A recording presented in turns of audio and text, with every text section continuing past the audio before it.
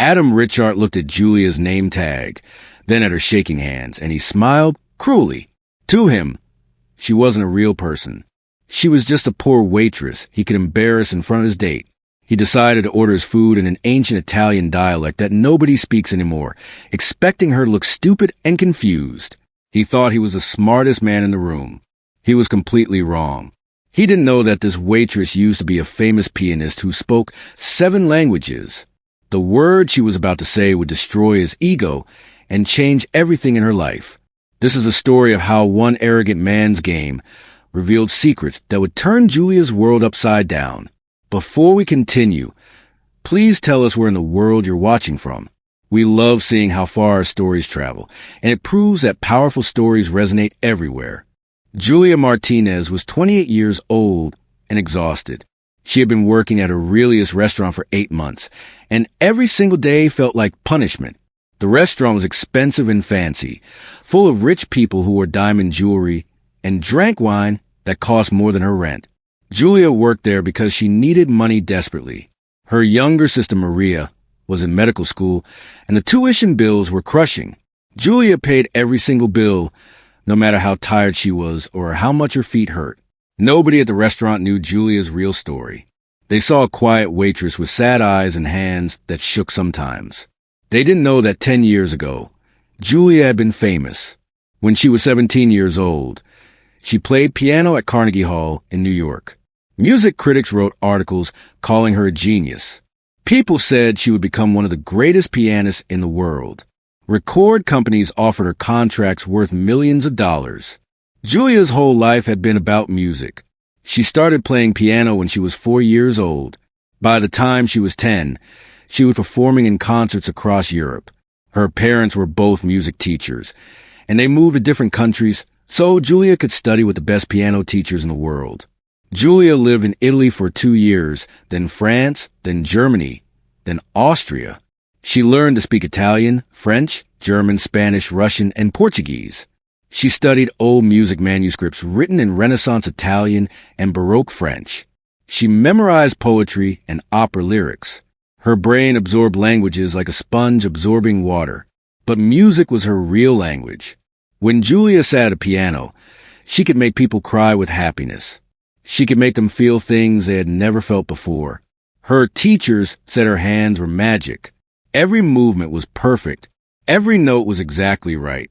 Julia practiced 8 hours every day. She had no friends her age. She never went to parties or dated boys.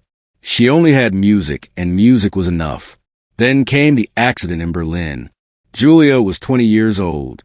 She had just finished a concert that went perfectly. The audience gave her 3 standing ovations. Tomorrow morning, she was supposed to sign a recording contract with Deutsche Grammophon, one of the biggest classical music labels in the world. Julia was walking back to her hotel, tired but happy. It was raining lightly. The black Mercedes came around the corner too fast. Julia saw it for just 1 second before it hit her. The car's side mirror smashed directly into her hands. Julia heard her bones breaking. She fell onto the wet street, screaming. The car didn't stop. It just drove away into the rain and darkness. Julia lay on the ground, looking at her hands, which were already swelling up like balloons. The ambulance took 20 minutes to arrive. By then, Julia's hands were so damaged that the paramedics thought she might lose her fingers. The hospital did 3 surgeries. The doctors put metal pins and screws into her bones. They told her she was lucky to keep all her fingers, but the nerve damage was permanent. Her left hand would always shake. Her right hand had lost its speed and precision. The doctor told her she would never play piano professionally again. Julia didn't believe him at first. She tried to practice as soon as the cast came off, but her fingers wouldn't obey her brain anymore. They moved slowly and clumsily. The shaking in her left hand made it impossible to play soft, delicate passages. Her right hand couldn't play fast scales anymore. Julia sat at the piano and cried. Her magic hands were broken forever. The music world forgot about her very quickly. Other young pianists took her place. The recording contract went to someone else. Julia's name disappeared from newspapers and concert programs. She went back to America with nothing except medical bills and a broken heart. She tried to figure out what to do with her life. She had spent 20 years becoming a pianist. She didn't know how to do anything else. She had no college degree. Her parents had died in a car accident when she was 22, so she had no family except her younger sister Maria. Maria was smart and wanted to become a doctor. Julia decided that even though her own dreams were dead, she could at least help Maria's dreams come true. So Julia got a job as a waitress. She worked at a cheap restaurant at first, then eventually got hired at Aurelius, where the tips were better. She worked 6 days a week, sometimes double shifts. She sent every extra dollar to Maria for tuition. Maria didn't know how much Julia was sacrificing. Julia told her sister that she had a good office job and that everything was fine. She lied because she didn't want Maria to feel guilty. Working at Aurelius was hard in a different way than music had been hard. Music was difficult, but beautiful. Waitressing was just difficult. Julia's feet hurt all the time from standing for 10 hours straight. Her back ached from carrying heavy trays. But the worst part was feeling invisible. Rich people looked through her like she was a ghost. They snapped their fingers at her. They complained about tiny things. They left small tips even when Julia gave them perfect service. Julia learned to make herself small and quiet. She smiled even when customers were rude. She never argued or talked back. She needed this job too much to risk getting fired. So she swallowed her pride every single day and pretended to be nobody. Friday nights were always the busiest. Rich people came to Aurelius to show off their money. Julia worked table after table, taking orders and bringing food. Her hands shook as she carried plates, but she had learned to hide it pretty well. She kept her fingers tight around the edges of plates, so the shaking wasn't obvious. Around 7 o'clock, Julia saw Adam Richart walk through the door. Her stomach sank. Adam came to Aurelius twice a month, always with a different woman. He was tall and handsome, with perfect hair and expensive suits. He drove a Porsche and owned apartment buildings downtown. But Adam was also cruel, in a subtle way that made Julia's skin crawl. He liked to humiliate waiters and waitresses. He would ask impossible questions about the wine list, then laugh when they didn't know the answers. He sent food back to the kitchen for fake reasons. He left tiny tips. He treated poor people like they were stupid animals. The hostess seated Adam and his date at table 12, which was in Julia's section. Julia took a deep breath and walked over with menus. Adam was talking loudly about some business deal. He didn't look at Julia when she approached. She stood there holding the menus for almost a full minute before Adam finally glanced at her. Water. Sparkling. Room temperature, he said without looking at her face. Then he went back to his conversation. Julia brought the water exactly as he wanted it. When she came back to take their order, Adam waved his hand at her dismissively. We're not ready. Come back later. Julia walked away. She helped other tables, brought food from the kitchen, refilled wine glasses. When she came back to table 12, Adam finally looked directly at her. He looked at her name tag, then at her hands, which were shaking slightly as she held her notepad. His mouth curved into a mean smile. He had noticed her weakness, and Julia could see him calculating how to use it against her. I have questions about the menu, Adam announced loudly. People at nearby tables started listening. Adam was putting on a show. He pointed at the pasta section. This dish, the agnolotti. Tell me about the preparation method. The pasta is made fresh every day. Julia started to explain. It's filled with... No, Adam interrupted. I want to know the authentic method. The real traditional preparation. He paused dramatically. Then he switched to a different language. But it wasn't normal Italian. It was much older and stranger. Adam was speaking in Renaissance Tuscan dialect, the kind of Italian that the poet Dante had written in 700 years ago. Dimmi, ragazza, Adam said slowly, grinning at his date like they were sharing a private joke. In che modo si prepara questo piatto secondo la tradizione della vecchia Firenze? Usano la tecnica antica della sfoglia tirata mano con facevano ai maestri nel Quattrocento. He was asking about pasta-making techniques from the 1400s. He was using grammar that nobody had spoken in centuries. Adam thought Julia wouldn't understand a single word. He expected her to stand there looking confused and stupid while everyone watched. Then he could laugh at her and feel superior. The restaurant got very quiet. Everyone was watching now. Adam's date giggled nervously. Adam leaned back in his chair with a satisfied expression, waiting for Julia to fail. But something happened in that moment.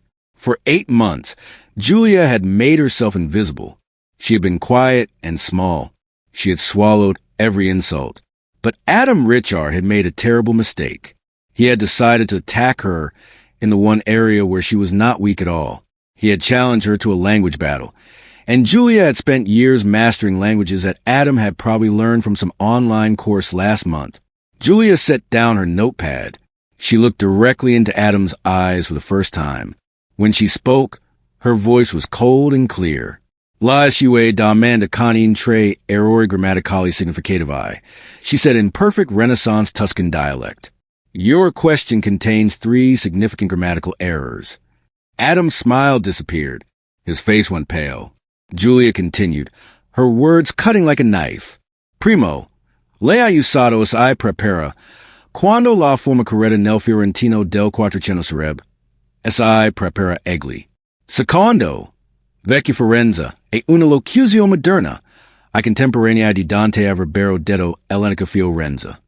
Terzo, la sue pronuncia della, ar uvulare rivolice leha imparato questa lingua da un corso online, probabilmente francese, non de uno studio real dei testi originali. She had just told him, in flawless Renaissance Italian, that his grammar was wrong in 3 different ways. She had pointed out that he was using modern phrases instead of historically accurate ones. And she had explained that his pronunciation proved he had learned this language from some cheap internet course, not from real academic study.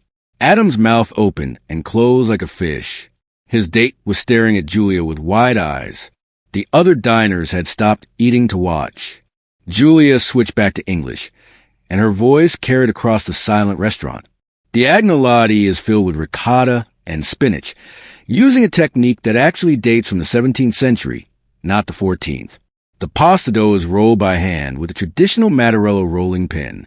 If you'd like to order it, I'll bring it to you. Or if you prefer, I can continue discussing the evolution of food terminology in Tuscan dialects from 1300 to 1600. I wrote my undergraduate thesis on that subject. She picked up her notepad. Her hands weren't shaking anymore. So, the agnolotti, sir? Or, do you need more time to study the menu? The silence lasted 3 full seconds. Then someone started clapping. Within moments, the entire restaurant was applauding. Customers were smiling and laughing. Some were even standing up to clap harder. Adam Richard's face turned bright red. His date was looking at him like he was a pathetic fake. He stared down at his menu, unable to meet anyone's eyes. The salmon, he muttered quietly. Both of us. Salmon. Julia wrote down the order. Excellent choice, she said professionally. Then she walked away with her head high for the first time in 8 months. Julia's heart was pounding when she got back to the kitchen. Her hands were shaking again, but this time from adrenaline, not fear. She had just done something incredibly stupid. You weren't supposed to embarrass customers, no matter how much they deserved it. The manager would probably fire her. Then she wouldn't be able to pay Maria's tuition. But when Julia pushed through the kitchen doors, the other waiters started clapping. Marcus, who had worked at Aurelius for 5 years, was grinning like a kid on Christmas morning. That was the most beautiful thing I've ever witnessed, he said. Adam Richard has been torturing us for years. You just destroyed him completely. Chef Raymond looked up from the stove. What happened out there? Julia just gave Adam Richard a lesson in Renaissance Italian, Marcus explained, still laughing. Corrected his grammar in front of the whole restaurant. You should have seen his face. The chef laughed and went back to cooking. Julia tried to calm down. She had made a powerful enemy tonight. Adam Richard was rich and vindictive. Men like him didn't forget being humiliated in public. But right now, standing in the kitchen with her co-workers congratulating her, Julia felt something she hadn't felt in 10 years. She felt like herself again. Not invisible, not worthless. Herself. She brought the salmon to table 12, 20 minutes later. Adam refused to look at her. His date kept glancing at Julia with a strange expression, like she was trying to figure out who Julia really was. They ate in complete silence. Julia stayed professional, refilling their water, checking if they needed anything. Adam only answered with one-word grunts. When they finished, Adam paid the bill with his credit card. Julia saw that he left exactly 15% tip, calculated to the penny. Not generous, but not cruel either. Julia had expected worse. She thought maybe Adam would just leave angry and never come back. She thought the whole thing was over. She was completely wrong. Adam and his date stood up to leave. They were walking toward the exit when Adam suddenly stopped in the middle of the restaurant. He turned around and walked back to table 12. The embarrassment was gone from his face. Now he looked cold and dangerous. "Manager," Adam shouted. "I need the manager right now." Julia's stomach dropped. Mr. Peterson, the restaurant manager, hurried over. He was a nervous man who was terrified of bad online reviews. "Yes, Mr. Richard? Is there a problem?" Adam pointed directly at Julia. "That waitress stole my watch." The words hit Julia like a physical blow. The entire restaurant went silent again. Julia felt like she couldn't breathe. "What?" she whispered. "My watch," Adam said in a loud, clear voice. He held up his bare wrist. "I was wearing a Patek Philippe. Platinum case, blue face. Worth $65,000. I took it off to wash my hands before dinner. I left it on this table. Now it's gone." She was the only person who came near this table. Mr. Peterson's face turned white. "Mr. Richard, I'm absolutely certain there's been some misunderstanding." "There's no misunderstanding," Adam said coldly. "I want her pockets searched. I want the security footage checked. And I want the police called immediately." Julia's mind was racing. This was insane. She hadn't taken any watch. She had never stolen anything in her entire life. But she was a poor waitress being accused by a rich man. Who would the police believe? "I didn't take your watch," Julia said. Her voice came out shaky and weak. "I never touched your watch. I didn't even see a watch." "Of course you'd say that," Adam replied. "Thieves always deny it." He turned to Mr. Peterson.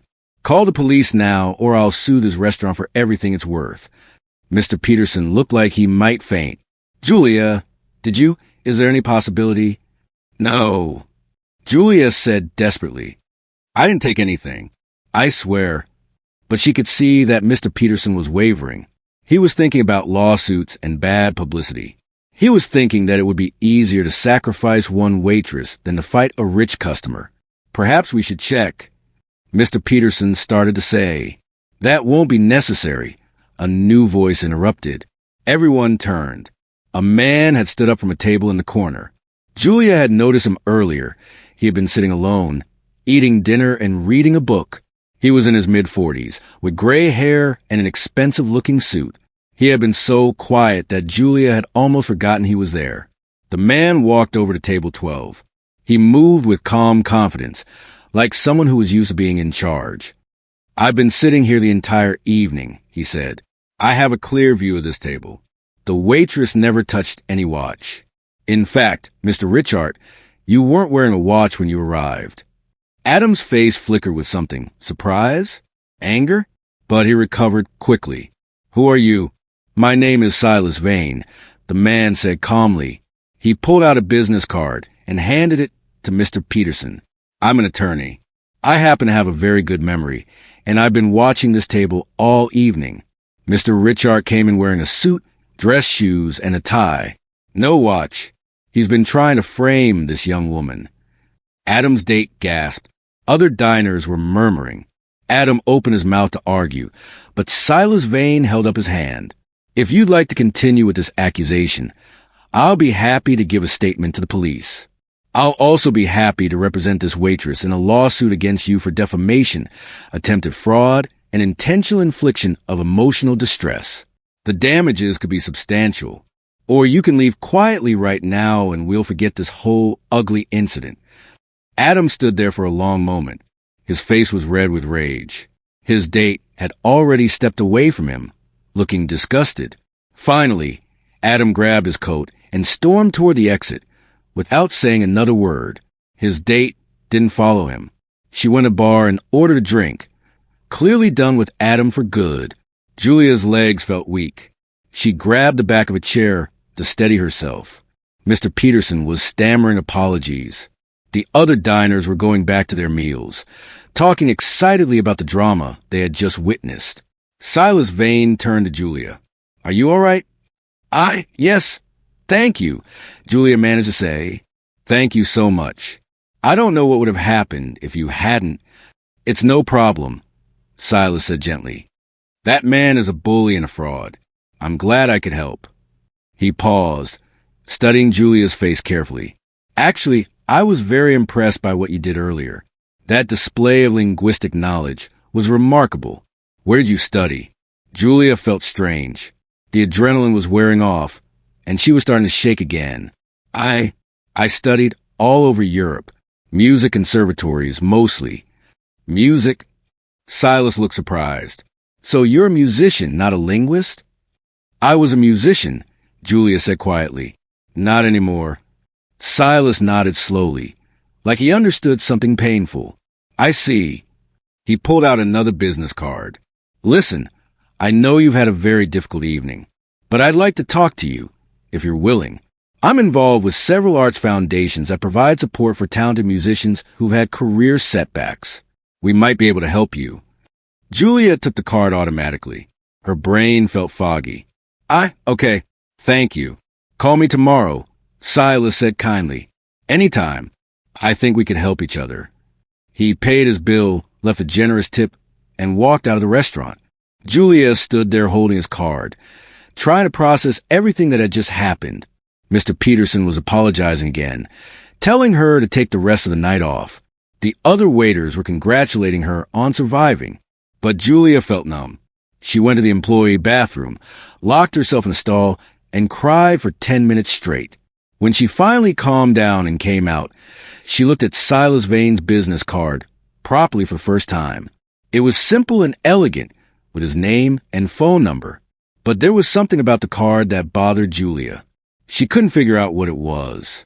She put the card in her pocket and went home. "Listen, if you're still here, it means you're invested. You want to see what happens next." But here's the reality. Most people watch stories like this and scroll away without subscribing. They enjoy it, then vanish. If this story actually matters to you, if you genuinely care about how it ends, hit that subscribe button. It only takes a second. Otherwise, you'll probably forget this channel exists and miss all the other incredible stories I share. Julia barely slept that night. She kept replaying everything in her mind.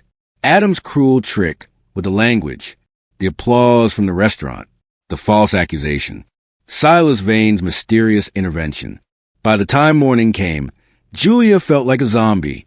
She made coffee and sat at her tiny kitchen table, looking at Silas Vane's business card.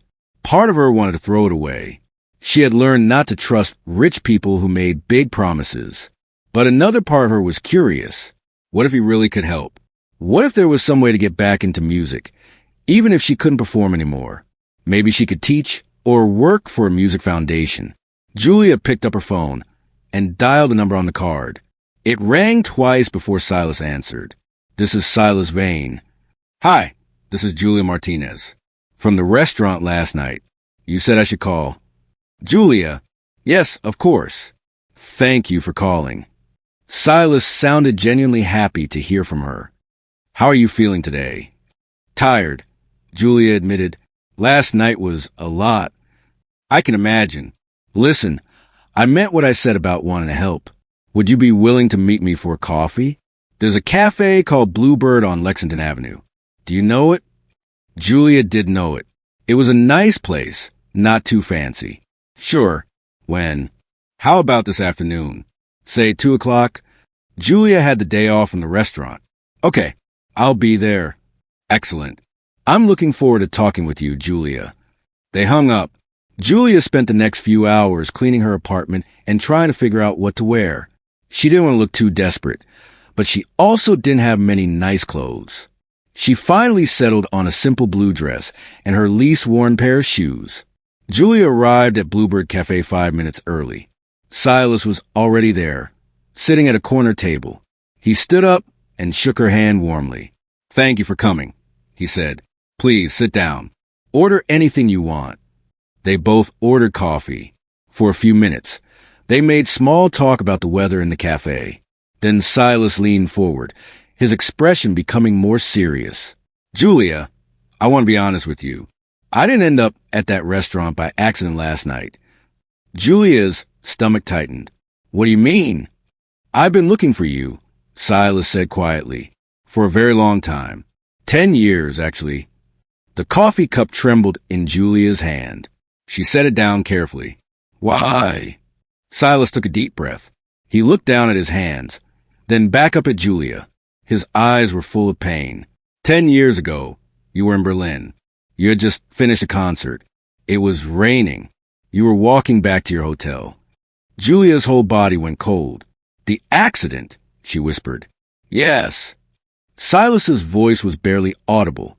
"The accident. Julia, I was driving that car." The cafe seemed to tilt sideways. Julia couldn't breathe. She stared at Silas, and suddenly she saw it. The guilt in his eyes, the way his hands were clenched together, the slight tremor in his voice. This was the man who had destroyed her life. The man who had hit her and driven away. The man who had killed her dreams.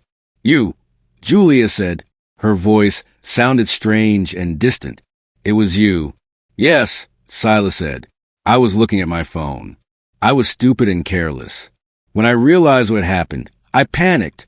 I drove away like a coward. By the time I came to my senses and went back, the ambulance had already taken you to the hospital. I wanted to turn myself in, but my lawyer convinced me not to. He said it would ruin my career, my family, everything. So I stayed silent." Julia stood up abruptly. The chair scraped loudly against the floor. Other customers looked over. "You destroyed my life," she said. Her voice was shaking with rage.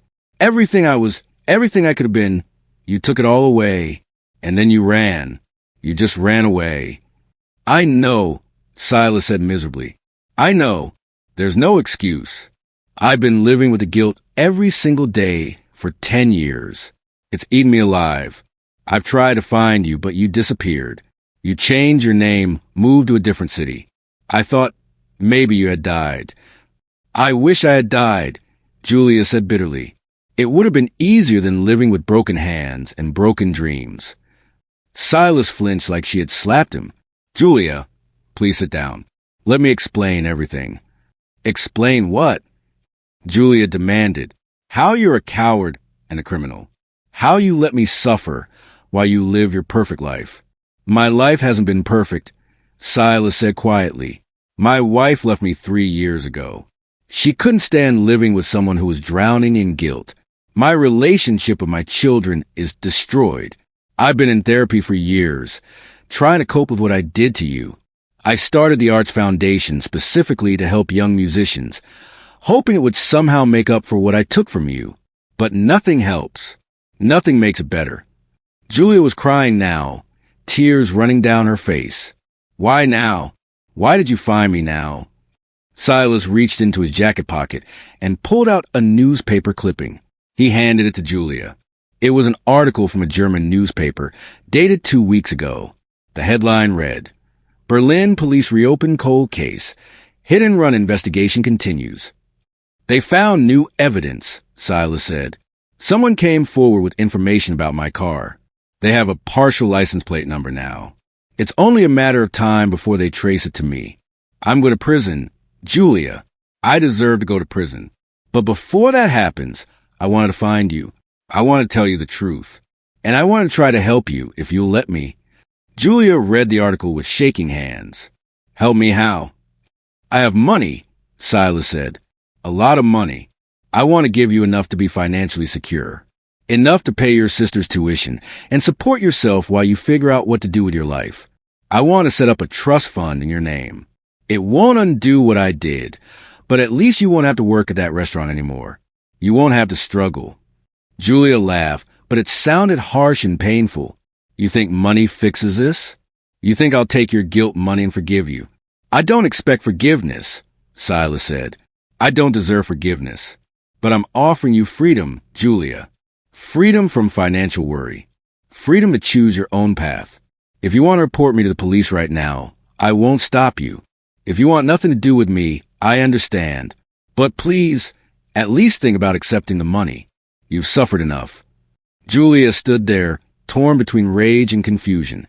Part of her wanted to scream at Silas, to call the police, to make him pay for everything he had done.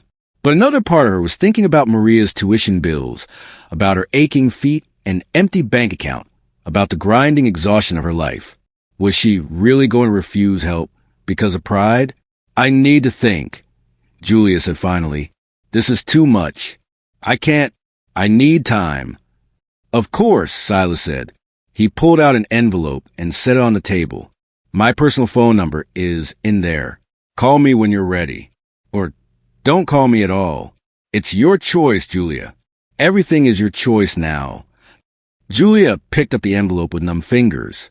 She walked out of the cafe without looking back. When she got home, she opened the envelope. Inside was a business card with Silas's phone number and a check for $50,000.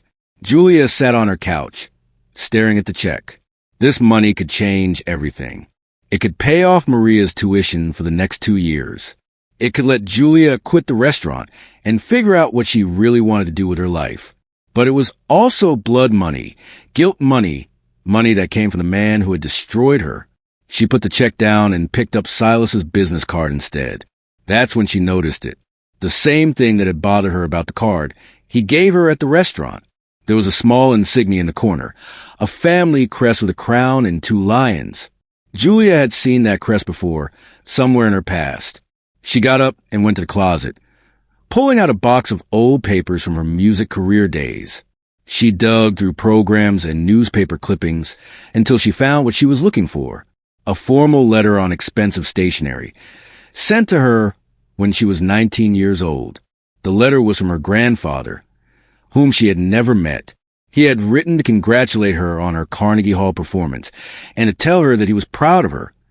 Even though her father had cut off all contact with him years ago, the letter had the same family crest, the same crown and 2 lions. Julia's hand started shaking again, but not from nerve damage. Silas Vane had her family crest on his business card. Why? She grabbed her phone and called the number on Silas's card. He answered immediately. Julia, why do you have my family crest on your business card? Julia demanded. There was a long silence. Finally, Silas sighed. You noticed. I was hoping you wouldn't, at least not yet. Answer the question. It's complicated, Julia. I think you should come back. We need to talk in person. No, Julia said. Tell me right now. What's going on? Who are you really? Another pause. Then Silas said, I'm not just a man who hit you with his car, Julia. I'm also your family's lawyer. I'm the executor of your grandfather's estate, and I've been managing a trust fund that's been waiting for you since you were born. Julia's legs gave out. She sat down hard on the floor. What? Your grandfather was extremely wealthy. He set up a trust fund for you worth approximately $1.2 billion. You were supposed to inherit it when you turned 30, but there were conditions. You had to demonstrate strong moral character, intelligence, and resilience.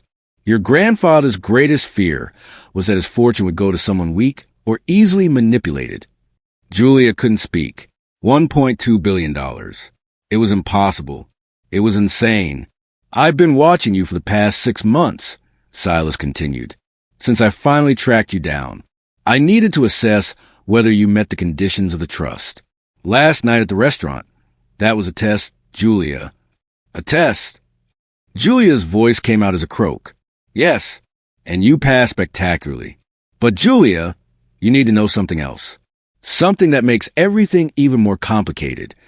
What could possibly be more complicated than this? Silas's voice was heavy with emotion.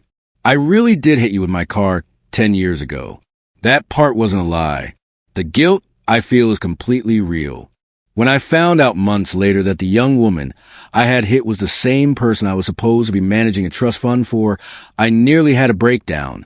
I've been trying to figure out how to tell you the truth ever since.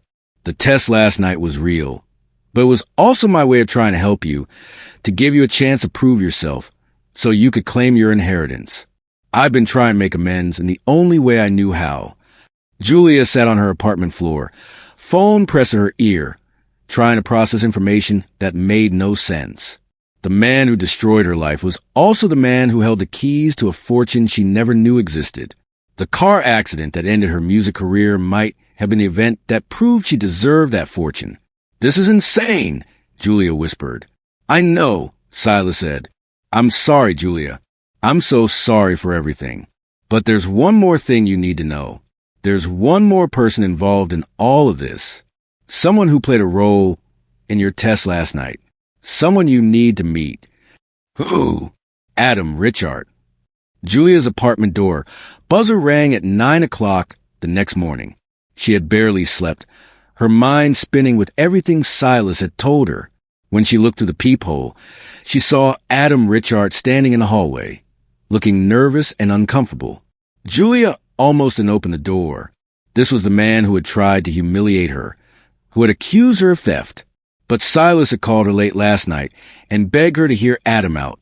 He said everything would make sense. So against her better judgment, Julia opened the door. "What do you want?" she asked coldly. Adam looked different than he had at the restaurant. He wasn't wearing an expensive suit. He had on jeans and a simple shirt. His perfect hair was messy. He looked tired and almost human. "I need to apologize," Adam said, "and I need to explain. Can I come in? Please." Julia stepped aside and let him in. Adam sat down at her kitchen table, and Julia remained standing, arms crossed. "Start talking," she said. Adam took a deep breath. "My real name is Adam Richard, but I'm not the person I pretended to be at the restaurant. I'm a private investigator. Silas Vane hired me 6 months ago to help him assess you for the trust fund inheritance. We needed to know if you were strong, intelligent, and moral. We needed to see how you handled adversity and cruelty." Julia's jaw clenched. "So you were testing me?" "Yes," Adam said. "I was playing a role. The arrogant rich man at the restaurant. That's not who I am.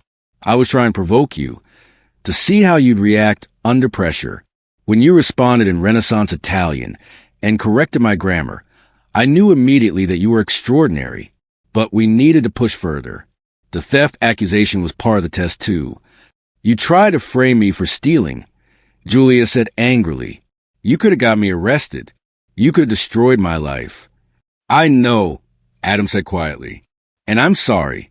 But Silas was watching the whole time. He was never going to let it go too far. "We needed to see if you would maintain your integrity, even when falsely accused. We needed to know if you would steal or lie when desperate. You passed every single part of the test, Julia.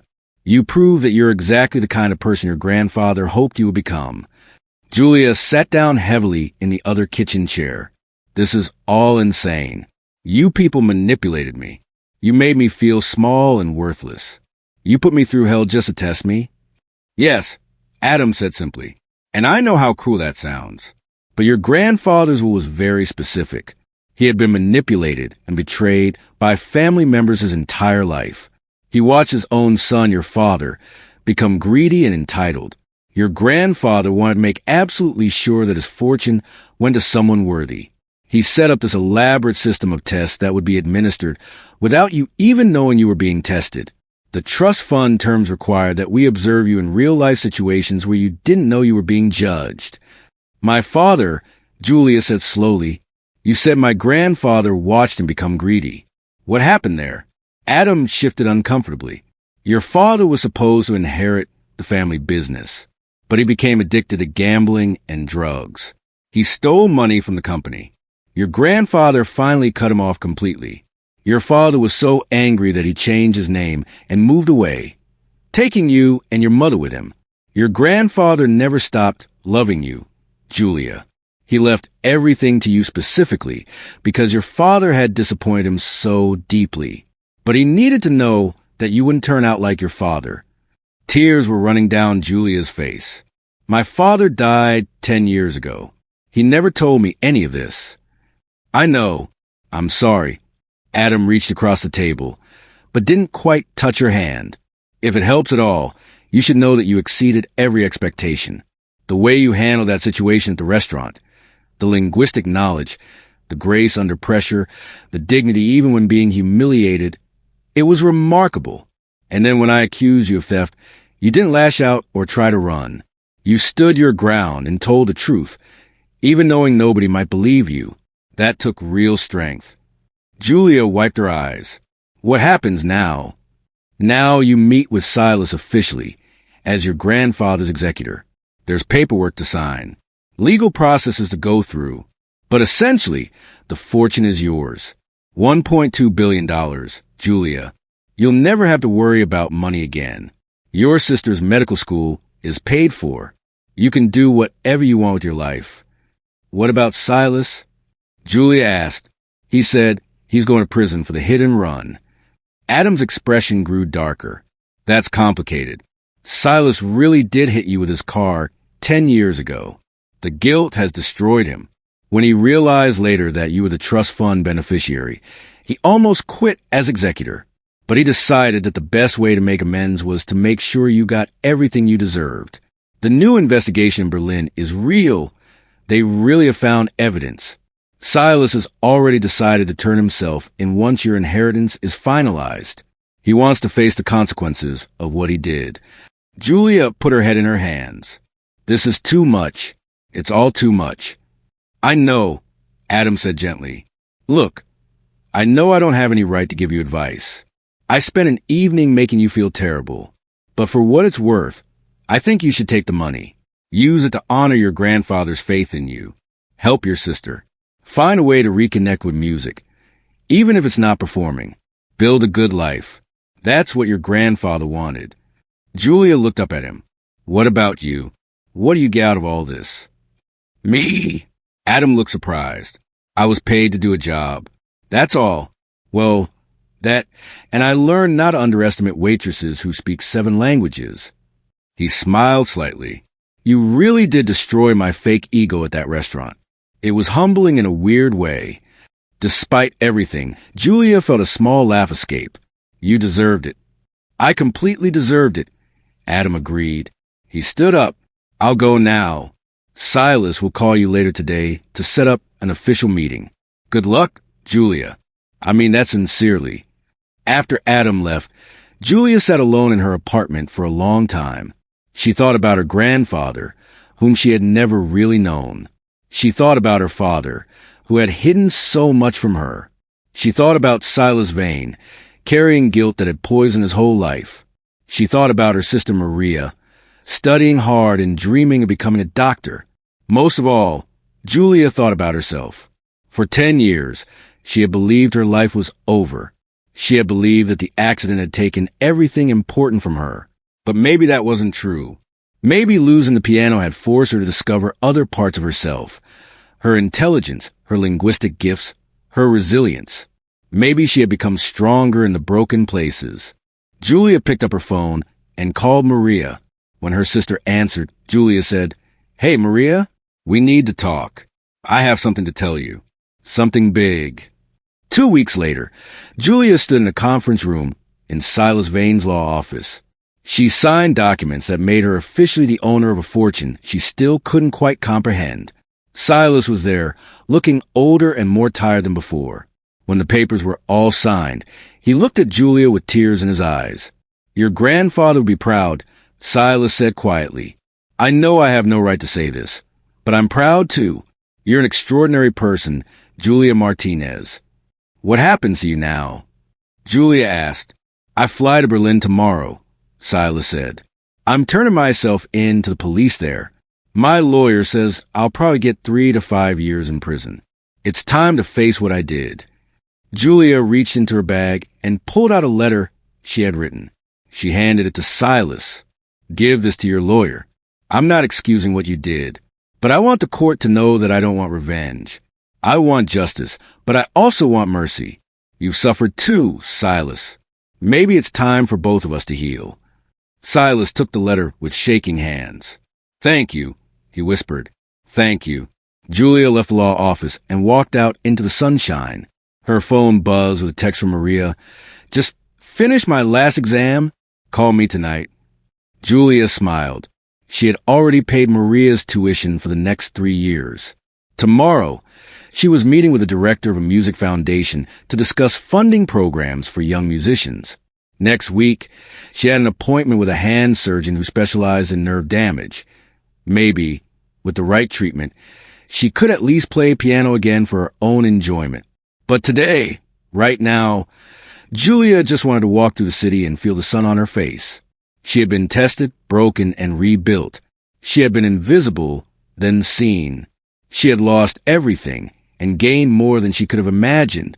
Adam Richard had been right about one thing. That night at the restaurant, arrogance had met its match. But it wasn't just about humiliating a bully. It was about discovering that strength comes from surviving, that worth isn't measured by wealth or fame, and that sometimes the worst moments in life lead to unexpected grace. Julia walked through the city, no longer invisible, no longer afraid. She had been tested by fate and family, by cruelty and kindness. And she had proven to herself the only thing that really mattered. She was strong enough to rise. This story teaches us that true strength isn't about wealth or status, but about character and resilience. Never judge someone by their current position, because you don't know their story or their hidden talents. When life breaks you and takes away your dreams, it often forces you to discover new strengths you never knew you had. The people who test us, hurt us, or underestimate us sometimes become the very catalysts that prove our worth. Remember that dignity cannot be stolen by cruelty. Knowledge is power that no one can take from you, and the hardest trials in life often prepare us for unexpected blessings. Most importantly, never use your power to humiliate others, because karma has a way of making sure that arrogance always meets its match. So here's the real question. Did you subscribe yet? Thousands of people will listen to this story and won't subscribe. Please don't be that person, If you're listening right now, help me prove something wrong. My dad said I wouldn't even reach 1,000 subscribers, but I believe stories like this deserve to be heard. Help me show him that these tales matter. Please subscribe to this channel, and let's keep breathing life into stories that were never meant to stay silent. And here's what I need to know. Do you want part 2?